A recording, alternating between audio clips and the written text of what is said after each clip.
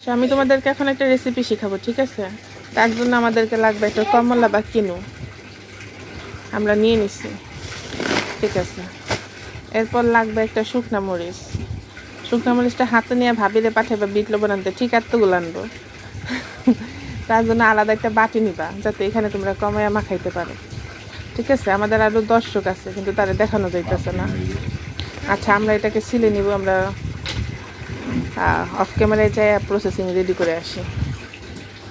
দেখো, এই যে ঠিক অর্ধেক শুকনা মরিচ নিয়ে নিছি, আর এখান থেকে কতখানি বিট লবণ নিছি, মাখাই নিছি অবশ্য আমি।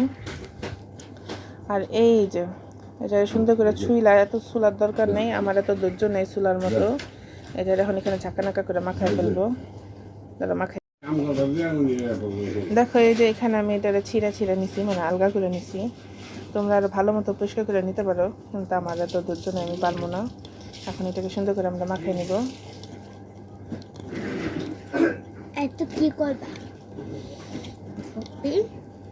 এটা খাইতে মনে হইতেছে অনেক মজা লাগবে, জানি না।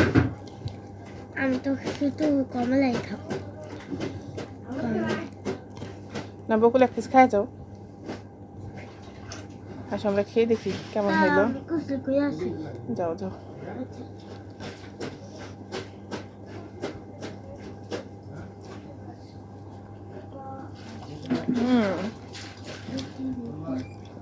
দারুণ। এখন বানাই নিয়ে চলে আসছি। এত অসুস্থ, আমার মুখ চোখ ফুল লেগেছে। আসলে আমরা এটা ট্রাই করে দেখি কেমন হয়েছে। আরে এত কথা কয়, ভিডিও করাই যায় না।